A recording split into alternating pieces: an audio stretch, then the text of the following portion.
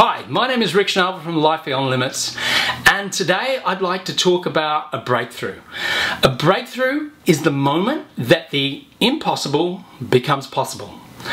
And specifically, I'd like to talk about the three powers that ensure that you can create a breakthrough in your life. They are your psychology, your physiology, and your patterns. And today, specifically, I'd like to talk about patterns and how you can create a state to make anything possible in your life. Because in truth, it's how you feel that determines what you can do. Not so much how you think, but more so how you feel. If you feel completely empowered and able to move yourself forward in any area of your life, then what you'll do, of course, you will. But if you feel sad, if you feel energetically low or something along those lines, what will happen as a result is it's difficult for you to move forward in your life. So largely your feelings determine your results. And how that works is that you can begin to manipulate or certainly program yourself to create greater results in your life just simply by understanding that physiology is one of the most important keys in moving yourself forward. So how do you adjust your physiology? Well, let me go back. About 200 years ago, there was a man called Ivan Pavlov. Now, Ivan Pavlov discovered a thing called the neurological bridge. And the neurological bridge is simply that one thing can equal another. That is what we call in neuro-linguistic programming a complex equivalence. It just means this equals that. How does that work? You see a phone, and for some people a phone is an opportunity to connect and communicate. For other people, see a phone and they all of a sudden have fear going off in their body because they don't want to connect or communicate, or they have a fear of it. It's still a phone, but two different meanings based on the experiences that people have had with phones in the past. Now, Ivan knew this, but he also knew that we could create whole new experiences by putting new information or new data into these objects. I'll give you an example. What he did was he had a tuning fork and he rang the tuning fork, and what occurred was the dogs that he had heard the tuning fork, came racing into the room, and as a result of that they saw Ivan with some meat. So dogs love meat, so he gave the dogs the meat, so they felt totally satiated. The next thing that happened is he did it again.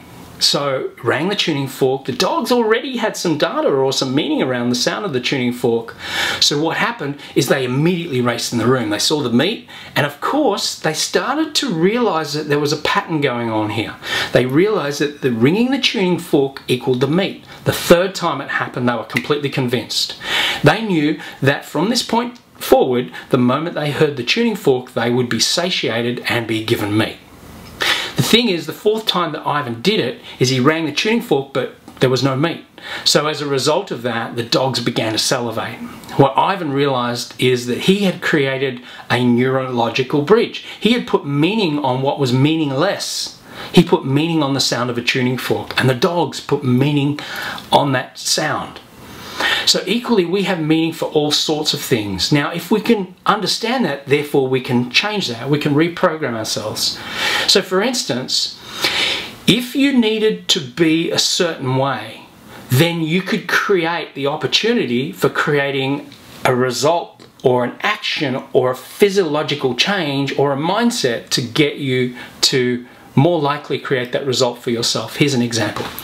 Let's say, for instance, that what you wanted was you wanted to create the opportunity to, let's say, do really well in an exam, and let's say you had some ideas about what exams were, and that came from your high school or your primary school or university or wherever it may have been, but you've created a complex equivalent the moment the word exam is mentioned. So what you want instead is you might think to yourself that what I'd prefer to feel is calm. I'd prefer to feel calm. If I felt calm, I would be more likely to do well at the exam. So understanding that, what we want to then do is create different meaning on the exam. So what we might start is we might think that we want calm, so the first way to create a state is to remember a time that you were really calm. So all you're doing is you're using your memory filter and going back through your neurology and looking for a time that you were really calm. And as you recall that time that you're really calm, as you remember it, you then allow a picture of that event to come into your mind. Then, using those 6 forms of communication, remember what it sounded like, remember what it felt like, remember what you were saying to yourself, plus of course the initial picture you created as you went back to your memory, and then perhaps even recognize what it smelt like or even tasted like for that matter. And as you completely allow yourself to fully recall it, what will happen is you will create a state of calm. You will more likely shift from whatever state you started out as, and you will allow yourself to feel more calm. And as you feel more calm, create something quite unique that you can do that has a mannerism of calm about it that causes you to become really calm. Just imagine this here. This is my, what I call my calm anchor. I just steeple my fingers. So I recall myself being calm. I steeple my fingers at the peak of the feeling. Like if this here is anxious and up here is calm, you want to move to the peak of the state and then move your fingers together and just anchor that calm. Try it straight after this video. So what you then do is do it again. Recall another time you were really calm, and as you feel yourself moving back into that state again, at the peak of the state, do this. Anchor it in. Or whatever move you wish to remind yourself of being calm. Then do it again. Do it 3 times. Now the keys to this is called RACE. Now RACE essentially stands for recall a time, then anchor it, then change it to another state. Let's say recall a time of anxiety, get yourself anxious, and then evoke the anchor to cause you to feel calm again. And if you notice that the moment you do this, you feel immediately calm, then you know that you have definitely set in an anchor or put meaning into that neurological bridge, so it causes you to feel calm.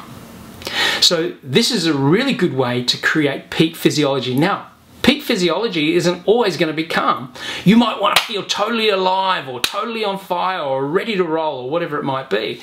So you might create different anchors for different things, and be sure not to put them into the same move or the same physical touch. You might change it entirely. Let's say if you want it to be absolutely on fire, you might want to do that or something along the lines that suggests to you that you're beginning to feel excited or enlivened or totally action focused or motivated or whatever it might be.